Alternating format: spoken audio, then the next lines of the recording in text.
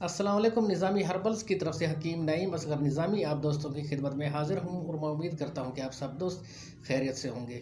आज मैं आप दोस्तों को लौंग खाने का एक ऐसा तरीका बताऊँगा जिसके इस्तेमाल से जिन दोस्तों का नफ्स छोटा रह गया है, नफ्स सिकुड़ गया है, नफ्स के पट्टे कमज़ोर हो चुके हैं, नफ्स की नसें रगे कमज़ोर हो चुके हैं, नफ्स ढीला पड़ चुका है, अगर वो इस तरीके से लौंग खाएंगे तो उनकी नफ्स की लंबाई, मोटाई, सख्ती में इजाफा होगा, नफ्स के पट्टे ताकतवर होंगे।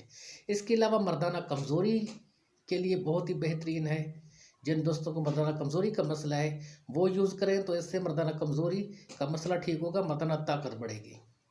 पट्ठों की कमज़ोरी के लिए बेस्ट है। जिस्मानी पट्ठों की कमज़ोरी का मसला है, जिस्म सुस्त रहता है, जिस्म में दर्दें रहती हैं, जोड़ों में दर्द रहता है, उन अफराद के लिए बेहतरीन है कि अगर वो यूज़ करेंगे तो पट्ठे भी ताकतवर होंगे, जिस्म ताकतवर होगा, जोड़ों का दर्द ख़त्म होगा। मैदे की कमज़ोरी के लिए भी बेहतरीन है। जिन दोस्तों को भूख नहीं लगती, मैदे में तेज़ाबियत रहती है, वो अगर यूज़ करेंगे तो उनके मैदे की कमज़ोरी दूर होगी, गैस और तेज़ाबियत का भी ख़ात्मा होगा।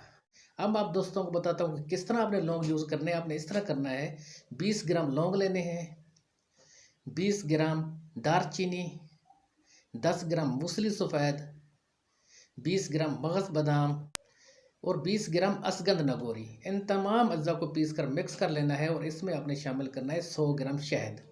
ये आपका माजून की तरह नुस्खा तैयार हो जाए और आपने इस्तेमाल इस तरह करना है कि सुबह नाश्ता करने से पहले आधी चम्मच 1 कप नीम गर्म दूध के साथ खा लेना है।